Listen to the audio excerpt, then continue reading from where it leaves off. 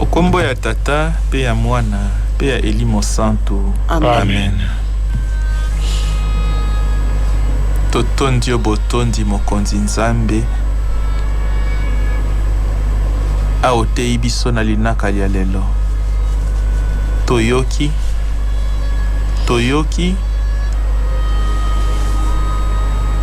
Boni biso ba Kristu tozali ba profeta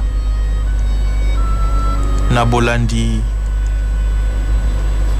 bomoi ya mwana oyo Yesu Kristu mokonzi pe mobikisi wa biso.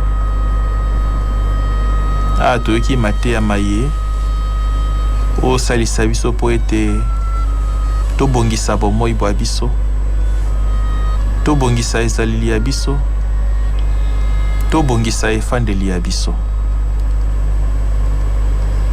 Mokonzi pesa na moko ya biso mpiko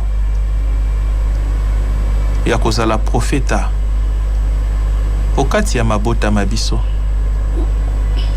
okati ya baparoise ya biso, mingi penza okati ya ekolo ya biso.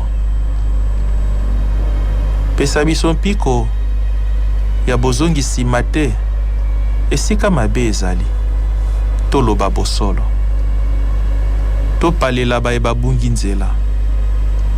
Mongo yo mokonzi osalisa biso po ete tokokisa mosala moye tozwi na yo Nzambe ya kobongisa mokili.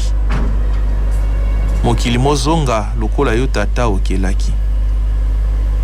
Mwana wa Yesu Kristu abikisi biso na lisumu, salisa biso tokoba mosala wana oya abandaki ya kolongola mabe okati ya biso mei, mabe zonga ya biso, mabe okati ya mokili moye. Mama Santo Maria, tosengeli na lisalisi pe nsambo ya yo. Lobela biso epa mwana wa yo Yesu Kristu. Sengela moko ya biso, mo Kristu moko mwana wa yo, bokasi pe mpiko ya kozala profeta. Po esalaki mwana wa Yesu Kristu, biso pe tokoka kosala yango na bolobeli bwa yo solo. Maria losako tondi gracia, mokonzi azali na yo, abenisi yo yambo ya basi banso, abenisi pe Yesu mwana wa yo. Santo Maria, mama wa Nzambe, sambela mpo ya biso basumuki, sikawa pe ontango ya liwali ya biso. Amen.